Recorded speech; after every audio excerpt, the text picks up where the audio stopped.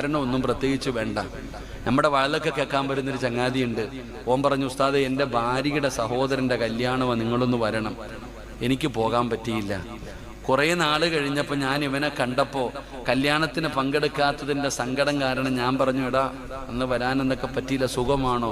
അവള് പോയി ഉസ്താദേ എന്നേ. എൻ്റെ പറഞ്ഞു അവള് പോയെന്ന്. ഞാൻ ചോദിച്ചു എന്ത് പറ്റി? ബർത്ത്ഡേ ആഘോഷിച്ചില്ല ഉസ്താദെ, ഞാൻ ഗിഫ്റ്റ് കൊടുത്തില്ല എന്ന് പറഞ്ഞ് അവള് പോയെന്ന്. അള്ളാഹു കാത്തിരക്ഷിക്കുമാറാകട്ടെ. ഒരു കാരണം, ബർത്ത്ഡേക്ക് ഗിഫ്റ്റ് വാങ്ങിച്ചു കൊടുത്തില്ല, അങ്ങനെ അവള് പിണങ്ങിപ്പോയി. പള്ളി കമ്മിറ്റിയിൽ പോയപ്പോ ജമാഅത്തിന്റെ പ്രസിഡന്റ് ചോദിച്ചെന്ന്, നിനക്ക് വാങ്ങിച്ചു കൊടുത്തുകൂടായിരുന്നോടാന്ന്? നിനക്ക് ബർത്ത്ഡേ ആഘോഷിച്ച് ഒരു കേക്കൊക്കെ മുറിച്ചൂടെ?